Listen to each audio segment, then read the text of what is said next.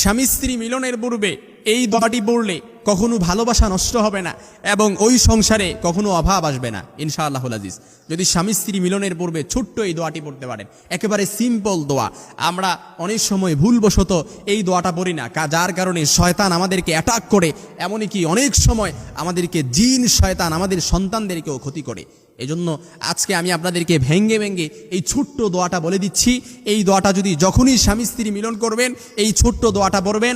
আল্লাহ রাসূল সাল্লাল্লাহু আলাইহি ওয়াসাল্লাম বলেন, দাম্পত্য মিলনের পূর্বে এই দোয়াটি পড়ার কারণে আপনাদের দ্বারা যেই সন্তান দুনিয়াতে আসবে এই সন্তানকেও কোনো জিন শয়তান, কোনো জাদুটোনাবান কেউ কখনো কোনো ক্ষতি করতে পারবে না ইনশাআল্লাহুল আজিজ। এবং ওই সংসারের মধ্যে কোনো অভাব আসবে না, দুশ্চিন্তা পেরেশানি কোনো কিছু গ্রাস করতে পারবে না। এমনকি শুধু দায় নয়, ওই স্বামী স্ত্রীর মধ্যে কখনো কোনো ভালোবাসা বন্ধন অটুট নষ্ট হবে না।